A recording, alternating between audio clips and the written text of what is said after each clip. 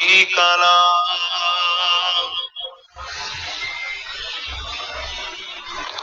ونشهد أن سيدنا وحبيبنا ومولانا محمدا عبده ورسوله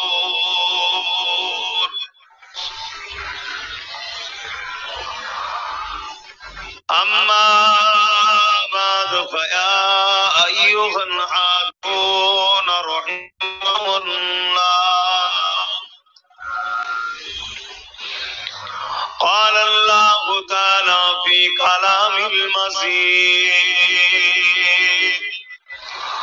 والفرقان الحميد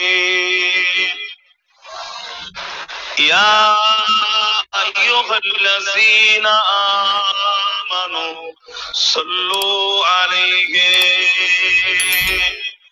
وسلموا تسليما اللهم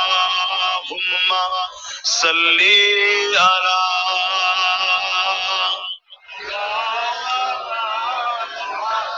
وعلى آله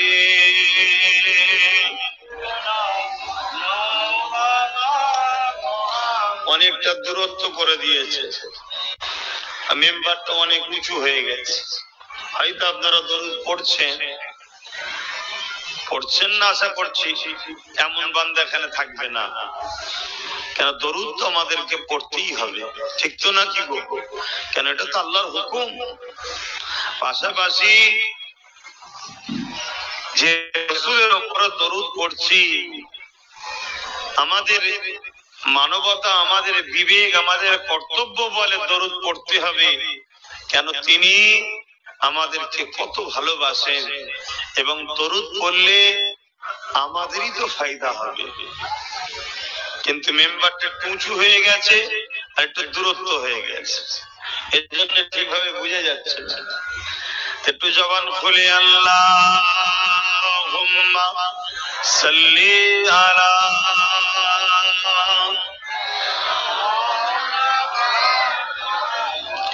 ওয়ালা আলি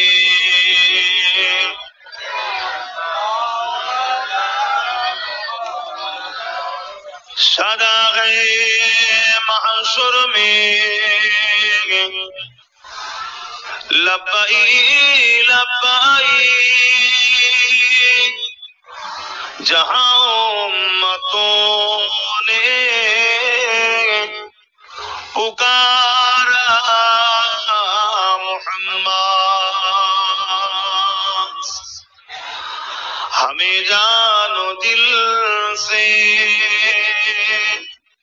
प्यारा मुहम्मद, मुहम्मद के गमों है हमारा मुहम्मद। अल्लाहुम्मा सल्ली अला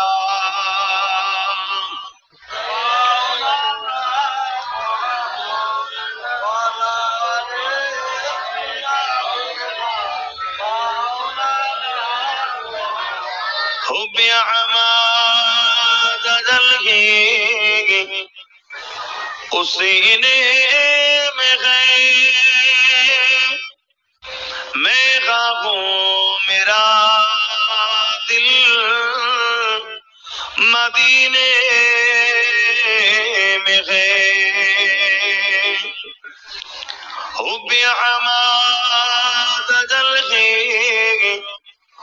उसीने में गए मैं खाऊं मेरा दिल मदीने में है। फूलों का तो फूल है, का हुस्न है, लुत्फ जन्ना से बढ़कर मदीने में है। अल्लाहुम्मा सल्ली अला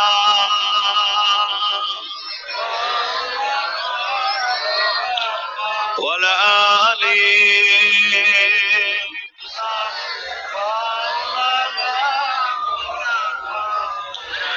এইসব মোবাইলে তোমরা এত ব্যস্ত, এগুলো কমিটির উচিত এগুলোকে বন্ধ করে দিও। প্রতিটা জায়গায় দেখছি মাহফিল বলতে মোবাইলে সব ব্যস্ত, আর এদের তোমাদের ডিস্টার্বের জন্য আলোচনা তো সমস্যা, মানুষের যারা পিছনে বসেছে তাদেরও সমস্যা। আমি তো সব দিকে সব বন্ধ করে দিয়েছি। তোমাদের এখানেও বলে যাচ্ছে কমিটি গুলো কি জলসা, এগুলো বন্ধ করে দাও। আজকে এসে গেছে ছেড়ে দিচ্ছি, এগুলো আগে থেকে বন্ধ করে দেবে, যে কোন রকম মোবাইল ভিডিও করা হবে না। ধর্মের জায়গাটাকে ধর্মের মতো রাখো, সব জায়গাটাকে গোলমাল করে ফেললে হবে না। এতে কেউ কষ্ট নিলে ব্যথা নিলে আমার কিছু করার নেই। প্রাণ খুলে কালেমে লা ইলাহা ইল্লাল্লাহ, লা ইলাহা, জোরে জোরে লা ইলাহা ইল্লাল্লাহ, লা ইলাহা, লা ইলাহা ইল্লাল্লাহ মুহাম্মাদুর রাসূলুল্লাহ, হাসবি রাব্বি জাল্লাল্লাহ মা ফি কলবি খায়রুল্লাহ, হাসবি রাব্বি জাল্লাল্লাহ মা ফি কলবি খায়রুল্লাহ, নূর মুহাম্মদ সাল্লাল্লাহ হক লা ইলাহা ইল্লাল্লাহ, লা ইলাহা, লা ইলাহা ইল্লাল্লাহ মুহাম্মাদুর রাসূলুল্লাহ, আল্লাহুম্মা সাল্লি আলা সাইয়্যিদিনা মাওলানা মুহাম্মাদ ওয়া আলা আলি সাইয়্যিদিনা।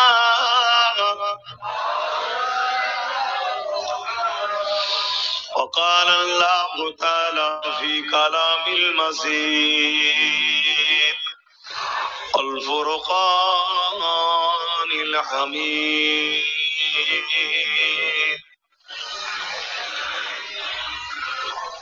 قل إن كنتم تحبون الله فاتبعوني يحببكم الله ويغفر لكم ذنوبكم والله غفور رحيم।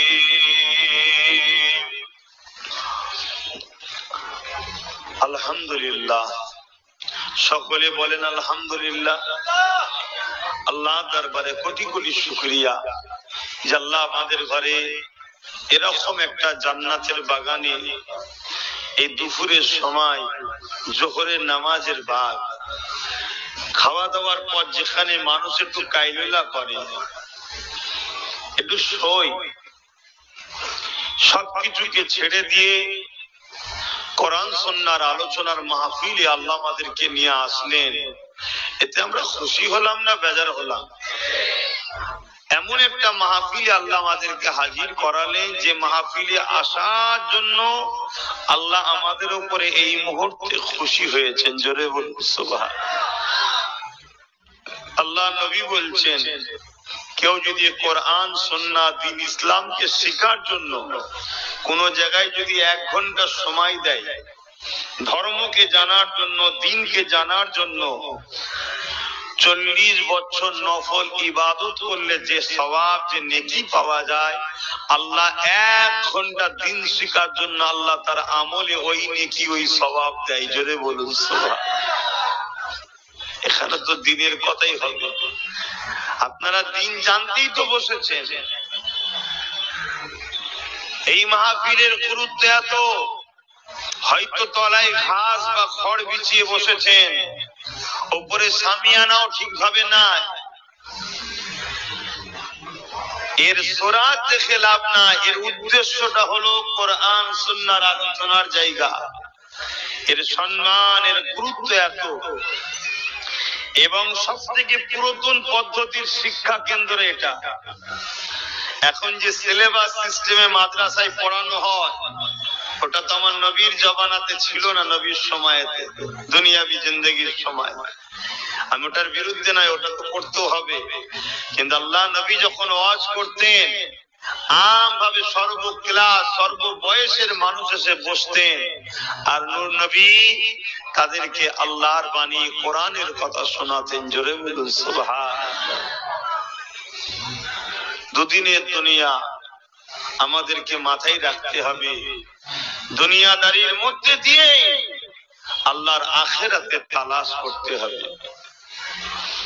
কেননা আল্লাহ কোরআনে বলছেন প্রতিটা নফসের উচিত পরকাল নিয়ে চিন্তা করা। কেন পরকালটা শুনতে বড় লাগে ছোট, যে আখিরাত পরকাল, কিন্তু সেটা বড় কঠিন হবে, বড় কঠিন হবে। আর পরকালের প্রথম বর্ডার বা প্রথম ঘাঁটি হলো কবর। প্রতিদিন কবর আমাকে আপনাকে লক্ষ্য করে ঘোষণা দেয়, কান নাই শুনতে পাই না, ঘোষণা দিচ্ছে, এই জমিনের উপরে বসবাসকারী আল্লাহর বান্দা বান্দিরা তৈরি হয়ে আসো, আমি কবর একা থাকার জায়গা, আমি কবর পোকামাকড়ের জায়গা, আমি কবর অন্ধকার জায়গা, তৈরি হয়ে আসো। যারা তৈরি হয়ে যাবে তাদের জন্য কবর আল্লাহ নূর ওয়ালা নূর করে দেয়। জোরে বলুন সুবহানাল্লাহ। যারা তৈরি হয়ে যাবে তাদের জন্য কবরকে আল্লাহ জান্নাতের বাগান, ফুলের বাগান, জান্নাতি বিছানা বিছিয়ে দেয়। জোরে বলুন সুবহানাল্লাহ। মনে রাখবেন, যে জায়গায় আমরা এখন বসে আছি এটা কিন্তু একটা জান্নাতেরই বাগান। জোরে বলুন সুবহানাল্লাহ। আল্লাহ যখন আমাদেরকে দুনিয়ায় জান্নাতের বাগানে বসিয়েছেন, আশা রাখা যায় ইনশাআল্লাহ, বলুন না ইনশাআল্লাহ, আখিরাতেও আল্লাহ আমাদেরকে জান্নাতের বাগান দেবেন, বলুন ইনশাআল্লাহ। আশা করতে কি অসুবিধা আছে? প্রেম যদি না থাকতো দিন ইসলামের উপরে, ভালোবাসা যদি না থাকতো, আমরা কেন এসে বসতাম? আমাদের এলাকার হাজারো ছেলে এই সময় হয়তো ঘুমাচ্ছে, হাজারো ছেলে টিভি দেখছে, হাজারো ছেলে মোবাইল দেখছে, হাজারো ছেলে পার্টি অফিসে বসে আছে, হাজারো ছেলে ক্লাবে বসে আছে, হাজারো ছেলে মেলা টেলা ইদি কুদি হই হই করছে। আর আমরা যদি ভালোবাসা না থাকতো তাহলে ইসলাম আর শুধু এসেছি নয়, আল্লাহ যদি আমাদেরকে ভালো না বাসতেন তাহলে এখানে কি নিয়ে আসতেন? এটা আল্লাহর দয়ায় এসেছি আমরা, আল্লাহ আমাদেরকে ভালোবাসে তাই নিয়ে এসে বসিয়েছে। আল্লাহ নবী সাহাবা হুজুরদের বলেন, এ বাবা সাহাবারা, আমার উম্মত উম্মতিদের জানিয়ে দেবে, দুনিয়া জমিনে যখন জান্নাতের বাগান দেখবে, ওই বাগানে যেন তারা বসে যায়, একটু যেন হাজিরি দিয়ে যায়। সাহাবা হুজুররা জিজ্ঞাসা করলেন, ইয়া রাসূলুল্লাহ, হাবিবাল্লাহ, দুনিয়া জমিনে আবার জান্নাতের বাগান কোথায় হবে? জান্নাত আল্লাহ রেখেছে আখিরাতে। আল্লাহ নবী সাহাবা হুজুরকে জানিয়ে দিলেন, বাবারা, ক্বালা হালাকা যিকির, যেখানে আল্লাহ পাকের কথা হবে ওই জায়গাটা হলো দুনিয়ার জমিনে জান্নাতের বাগান। আপনারাও যদি ঘরে বসে সন্তানদের নিয়ে আল্লাহর কথা বলেন, আপনাদের ঘরগুলো জান্নাতের বাগান হবে। জোরে বলুন সুবহানাল্লাহ। সাহাবা হুজুররা বলতে লাগলেন, ইয়া রাসূলুল্লাহ, হাবিবাল্লাহ, হুজুর আপনি বলছেন আমরা গিয়ে বসবো, তবে ওই বাগানে বসলে কি লাভটা হবে? আল্লাহ নবী জানিয়ে দিলেন, ওই বাগানে যারা বসবে, বসার দরুন আল্লাহ তাদের উপরে খুশি হয়ে যায়, ছোট ছোট গুনাহগুলোকে দরুন এমনিতেই মাফ করে দেবে। আমাদের গুনাহ আছে না, না, এই বাগানে বস্তার দরুন আল্লাহ মাফ করে দেয়। বলুন সুবহানাল্লাহ। তাহলে রোদের একটু কষ্ট হলে ঘাবড়ালে হবে? তাও তাও তো শীত হালকা হালকা পড়ছে, শীতও পালাচ্ছে, বর্ষাও পালিয়ে গেছে, শীতও পালাচ্ছে, সব যেন উলট পুলট হয়ে যাচ্ছে। আল্লাহু আকবার, আল্লাহ কত মহান। মুসলমান ঘরে ছেলে মেয়েরা, তরুণেরা, এ নবী পাকের প্রেমিকেরা, আল্লাহ নবীকে সাহাবারা জিজ্ঞাসা করলেন, ইয়া রাসূলুল্লাহ, হাবিবাল্লাহ, আর কি লাভ আছে? আল্লাহ নবী জানিয়ে দেয়, আল্লাহ পাকের রহমতের ফেরেশতারা কি আল্লাহ পাককে যখন এই রকম একটা মাহফিলের খবর দিতে থাকে, ওই সময় আল্লাহ জিজ্ঞাসা করে, এ আমার ফেরেশতারা, বলো তো দেখি ওরা এই মাহফিলে কি শুধু বসে আমার তারিফ প্রশংসা করেছে, আমার হাবিবের উপরে দরুদ পড়েছে, না আরো কিছু আশা তামান্না করেছে? ওই সময় ফেরেশতারা বলতে লাগে, হে আমাদের আল্লাহ পাক, ওই বান্দা বান্দীগুলো আপনার কাছে জাহান্নাম থেকে নাজাত চেয়েছে, জান্নাতের আশা করেছে। আমার আল্লাহ পাক আমার রাসূলুল্লাহ জানিয়ে দিলেন, ওই সময় আল্লাহ পাক জিজ্ঞাসা করবে, হে আমার ফেরেশতারা, ওরা তো আমার জাহান্নামকে দেখেনি, আমার জান্নাতকেও দেখেনি। আল্লাহ পাক দেখেনি ঠিকই কথা, উলামাদের জবান থেকে শুনেছে জাহান্নাম কত ভয়ানক, তাই গুনাহ করার পরও ক্ষমা চেয়েছে, তওবা করেছে, জাহান্নাম থেকে নাজাত চেয়েছে। জান্নাত কখনো দেখেনি, শুনেছে কত সুন্দর, এই জান্নাতের আশা করেছে। এ যুবকেরা, আমার আল্লাহ নবী জানিয়ে দিলেন, আমার আল্লাহ রহমান রহিম বলে দেন, এ আমার ফেরেশতা, তোমরা সাক্ষী থেকে যাও, আমি আল্লাহ ওই বান্দা বান্দী দিগকে আজ জাহান্নামে দেব না, আর ওদেরকে নিরাশ করে দেব না। আমি আল্লাহ ওদের জন্য জান্নাত ঘোষণা দিলাম। জানি না কোন দিন, কোন মাহফিল, কোন জায়গাটা কবুল হয়ে যাবে। একটু জুড়ে থাকতে আমাদের অসুবিধা কি হয়? এক বছিরা তোমরা একটু বাবা থেকে নেমে বসো, নেমে বসা। ও আল্লাহ, ওই গো বাবুরা, বুঝতে পারছো না? নেমে বসা। হ্যাঁ, পিছনে মানুষ দেখতে হবে। তাই ভালো জায়গায় থাকতে হয়। আল্লাহ নবী জানালেন, আল উলামা ওয়ারাসাতুল আম্বিয়া, আলেম হাক্কানীরা হলো নবী পাকের ওয়ারিস। শুধু আলেম নয়, আলেম তো দুই ধরনের হয়। আলেম কয় ধরনের? এটা আজকে নতুন না, আগেও ছিল? আগেও ছিল।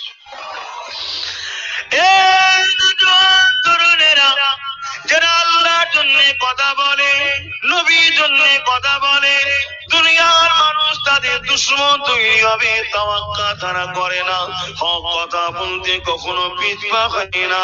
আল্লাহর বান্দাগুলোকে নাই সত্য শিক্ষা দিবার জন্য কথা বলে, আল্লাহ নবীর উম্মত উম্মতি গুলোকে নাই সত্য কথা শিক্ষা দিবার জন্য কথা বলে। এদেরকে আলেমে হাক্কানি বলা হয়, যাদের মধ্যে দুই ধরনের ইলম আছে। আল ইলমু ইলমানি, একটা হলো জাহিরি, অপরটা হলো বাতিনি।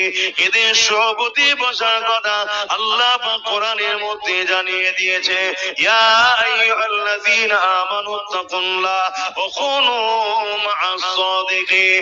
এই দুনিয়ার মানুষেরা, আমার ইমানদার বান্দা বান্দীরা, আল্লাহ পাক বলে তোমরা আমাকে ভয় করো, ওয়া কুনু মা'আস সাদিকিন, এবং সত্যবাদীদের দলভুক্ত হয়ে যাও। যারা সত্যবাদী কারা? আল্লাহ কোরআনে জানিয়ে দিলেন, ইহদিনাস সিরাতাল মুস্তাকিম, মুস্তাকিমদের রাস্তা যেটা মুস্তাকিম যারা, আল্লাহ পাক মুস্তাকিম কারা? সিরাতাল লাযীনা আন'আমতা আলাইহিম, যাদের উপরে আল্লাহ পাক ইনাম দিয়েছে। আল্লাহ পাক ইনাম কারা পেয়েছে? মিনান নাবিয়্যিন ওয়াস সিদ্দিকিন ওয়াস শুহাদা ওয়াস সালিহিন। এই চার শ্রেণী আল্লাহ পাকের নিয়ামত প্রাপ্ত বান্দা। এদের সঙ্গে উঠা বসা করা, এদের সঙ্গে মহব্বত ভালোবাসা রাখা, তোমার দুনিয়া তো কল্যাণ হবে, আখিরাত ও নাজাতের মাধ্যম হবে।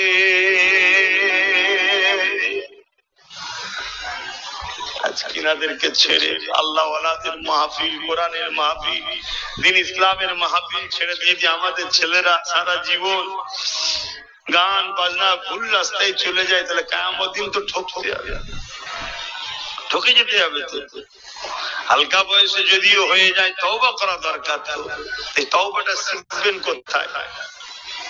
ওলিদের দরবারে গেলে তো নাকি, ওলিদের দরবারে গেলে পরিবর্তন হয় না? হয় না? একটু আওয়াজ দেন না গো বাপজানেরা, পরিবর্তন হয় না? হয় না? আমি ছোট্ট একটা উদাহরণ দিবার জন্য বলছি। বাগদাদের সুলতান, সুলতানে বাগদাদ গৌসুল আজম পিরানে পীর দস্তগীর বড় পীর আব্দুল কাদের জিলানী আল বাগদাদি, কি গো মোহাব্বত করেন তো নাকি? আমার নবীর বংশ, নবীর আওলাদ, নবীর বংশের সন্তান। একদিন একটা ডাকাত ওনার দরবারে লঙ্গর খানা, মেহমান খানা চুরি করতে গেছে। অলির দরবারে গেলে কত লাভ করতে। ডাকাত গেছে ভালো নিয়েতে না খারাপ নিয়েতে? একটু সরাসরি দেবে, অসুবিধা হচ্ছে নাকি? চুরি নিয়েতে গেছে, খারাপ নিয়েতে গেছে না? ওলি আল্লাহদের কথা আপনারা শুনতে ইচ্ছুক নন, কি ওলিদের কথা শুনবেন না? আল্লাহ কোরআনে তার ওলিদের বিষয়ে আলোচনা করেছে না করেন? আল্লাহ তো ওলিদেরকে মহব্বত করে। যাদের কাছে গেলে আল্লাহ পাওয়া যায় তাদেরকেই তো বলা হয় আল্লাহ ওয়ালা, ওলি বান্দা।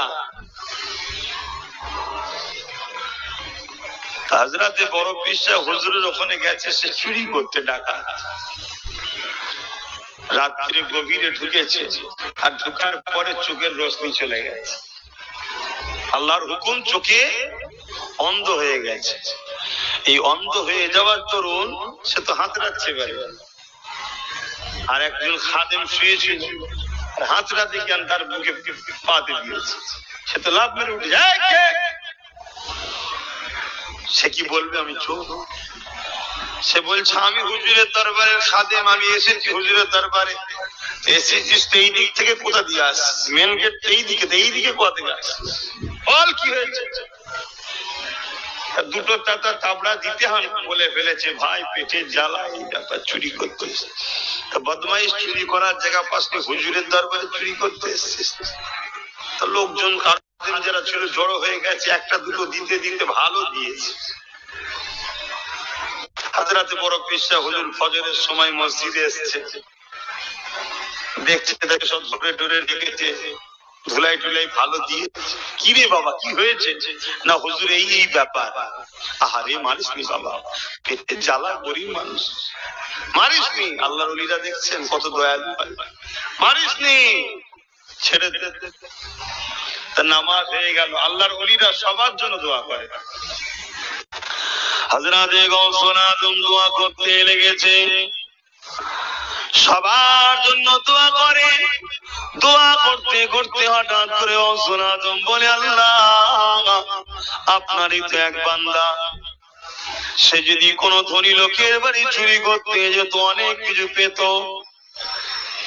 এসেছে আব্দুল কাদেরের দরবারে, কিছুই তো পেল না আল্লাহ।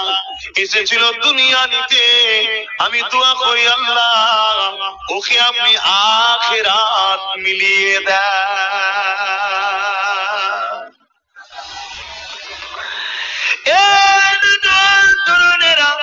মানুষটার মধ্যে চেতনা ফিরল, পরিবর্তন হতে লাগলো, তওবা করতে লাগলো।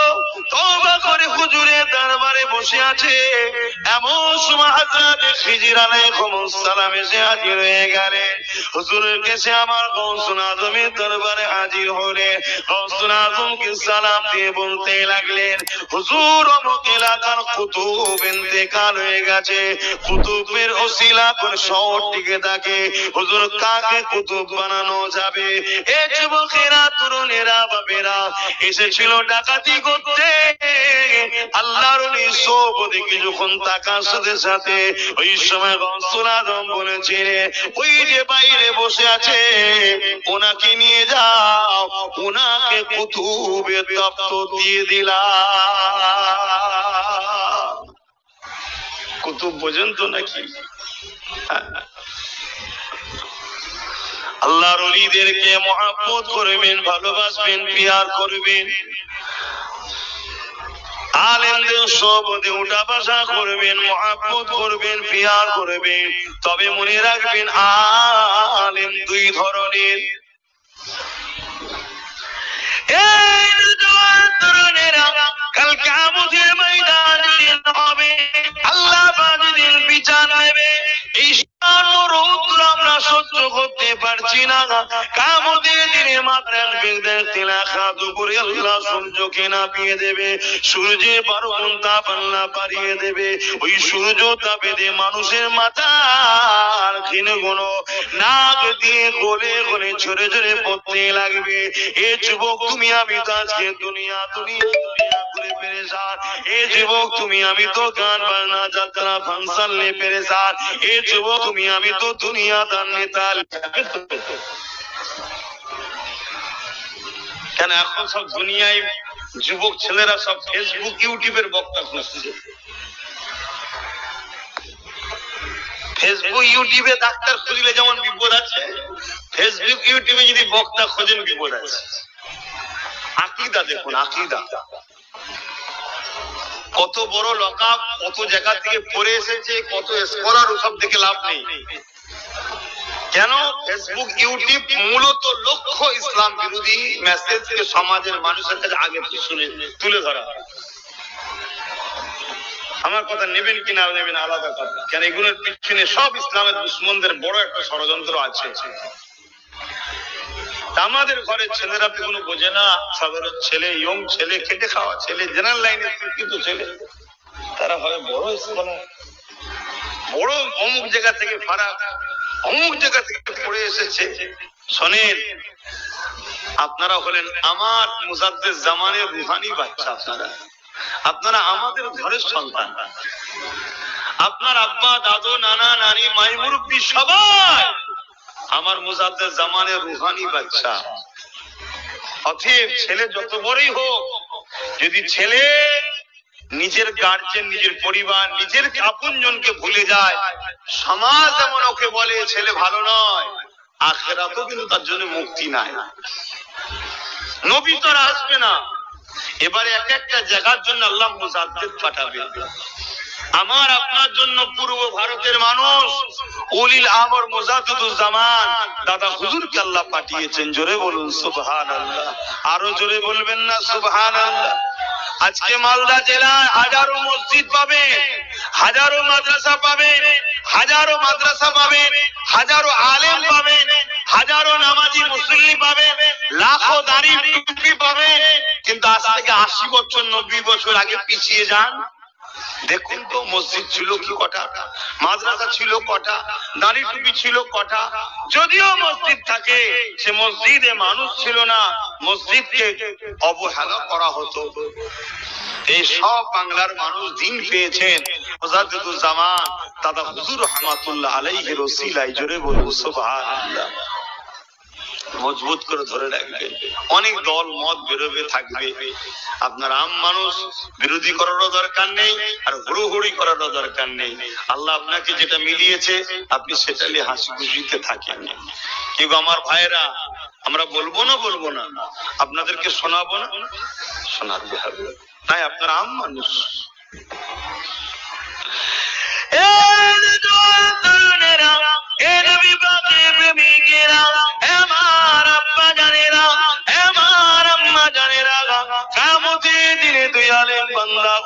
চিনতে পেরে যাবে, চিনতে পেরে গিয়ে বলতে লাগবে, আপনারাই তো আলোচনা করতে আল্লাহ নবী নূহ নবীর হাদিস শরীফ বলতে নবী পাক জানিয়েছেন, বুখারীর হাদিস, এক গ্রাম্য মানুষ আল্লাহ নবী দরবারে চলে আসলেন। আল্লাহ নবীকে সালাম দিয়ে জানতে চাইলেন, ইয়া রাসূলুল্লাহ হাবিবাল্লাহ, কিয়ামতটা কবে হবে? আল্লাহ নবী বললেন, মাআদাত তালাগা, এ বাবা ছেলে, কিয়ামত তো অবশ্যই অবশ্যই একদিন হবে বাবা। তবে কিয়ামতের জন্য তুমি কি করেছো বাবা? কেননা কিয়ামত অবশ্যই হবে, এর মধ্যে কোনো সন্দেহ মিথ্যা নাই। সূরা ওয়াকিয়ার মধ্যে আল্লাহ জানিয়ে দেয়, ইযা ওয়াকাতিল ওয়াকিয়া লাইসা লিওয়াকাতিয়া কাযিবা। এই ওয়াকিয়া কখনো মিথ্যা হতে পারে না, এই ঘটনা অবশ্যই ঘটবে, কিয়ামত হবে। বাবা ছেলে রে, তুমি কি করেছো বলো? ওই কিয়ামতের জন্য কি প্রস্তুত নিয়েছো? কেন আল্লাহ কোরআনে জানিয়ে দিল, ওয়াল তানজুরু নাফসুম মা কদ্দামাত লিগা। প্রতিটা নফসের উচিত পরকাল নিয়ে বড় চিন্তা করা।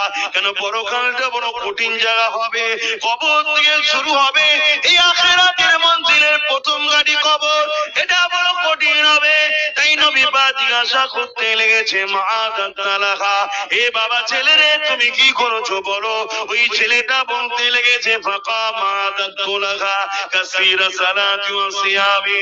ইয়া রাসূলুল্লাহ, হাবিবাল্লাহ, বেশি বেশি নামাজ রোজা করতে পারি না, ইল্লা তবে আন্নী উহিব্বুল্লাহ ওয়া রাসূলুহু, আমার অন্তরে, আমার কলবে, আমার হৃদয়ে সব থেকে বেশি আল্লাহ ও নবীকে ভালোবাসি।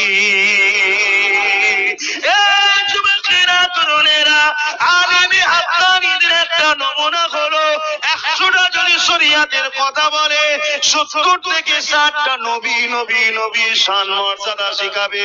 কেননা নবী পাক হলো ঈমান, নবীকে মহব্বত করা, আদব করা হলো ঈমান।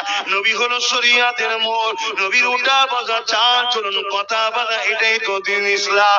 আল্লাহ কোরআনে তাই জানিয়ে দিলে, মা তাকুমুর রাসূল ফাকুযুহু ওয়া মা নাহাকুম আনহু ফান্তাহু। এ দুনিয়ার মানুষেরা, আমার নবী যা আদেশ করেছে মেনে নাও, আমার নবী যা নিষেধ করেছে ছেড়ে দাও, আমার নবী যা দিচ্ছে নিয়ে নাও, নবী যা ছাড়তে বলেছে ছেড়ে দাও, তবেই তোমরা কামিয়াবি হয়ে যাবে। কারণ নবী পাক হলো শরীয়তের মূল, আমার নবী যা করেছে ওটাই ইসলাম, নবী যা ছাড়তে বলেছে ওটাই ইসলাম। এ যুবকেরা, তাই নবী পাক সাল্লাল্লাহু আলাইহি ওয়াসাল্লাম ওই ছেলেটা বলতে লাগলো, ইয়া রাসূলুল্লাহ, হাবিবাল্লাহ, আমি আমার হৃদয়ে, আমার কলবে সব থেকে বেশি আপনাকে, রাসূলকে ভালোবাসি। এর মানে এটা নয় ভালোবাসবো আর নামাজ পড়বো না, ভালোবাসবো রোজা রাখবো না, ভালোবাসবো গেঁজা খাবো, ভালোবাসবো এমন করে আমার নবীর স্লোগান দেবো আর গালেতে গুটকা শুরু করে নানা রকম জিনিস দিয়ে রাখবো। এটা মুহাব্বতের নামে ভণ্ডামি করা হবে। মুহাব্বত কাকে বলে? মুহাব্বত সাহাবা হুজুর থেকে শিক্ষা নেন। এক সাহাবী আমার নবী পাকের দরবারে আসলে, ইয়া রাসূলুল্লাহ, হাবিবাল্লাহ, আমি আপনার কাছে বায়াত হতে চাই, তবে আমি 5 ওয়াক্ত নামাজ পড়বো না, 3 ওয়াক্ত পড়বো। ক ওয়াক্ত? কিন্তু আল্লাহ নামাজ ফরজ করেছে ক ওয়াক্ত? নবী পাক বললেন, ঠিক আছে 3 ওয়াক্তই পড়বি, আয়। ফতোয়া দেবেন নাকি? নবীর শরীয়তের মূল, নবীর ক্ষমতা আছে 5 ওয়াক্তকে 3 ওয়াক্ত করে দিবা। কত মজা আসছে না? নাই, ওটা তোমার আমার নাই। তবে কোরআনে ঘোষণা আছে। হ্যাঁ, কোরআনে আছে, আমিও জানি, কোরআনে আছে, আমি জানি। কোরআনের আয়াতকে নাসিখ মনসুখ আল্লাহ করেছে না করেনি? তো হুজুরের জন্য আল্লাহ সব করবেন, জোরে বলুন সুবহানাল্লাহ।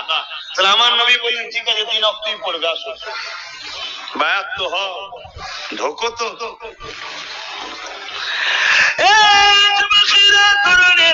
মুহাব্বত কাকে বলে শোনেন। ওই সাহাবীটা নবী পাকের হাতে হাত দিয়ে বায়াত হয়ে গেলেন। তারিখে হাদিসে বলে, ওই সাহাবীটা জীবনে কোনোদিন 3 ওয়াক্ত নামাজ পড়েনি, সারা জীবনটা 5 ওয়াক্তই নামাজ পড়েছে।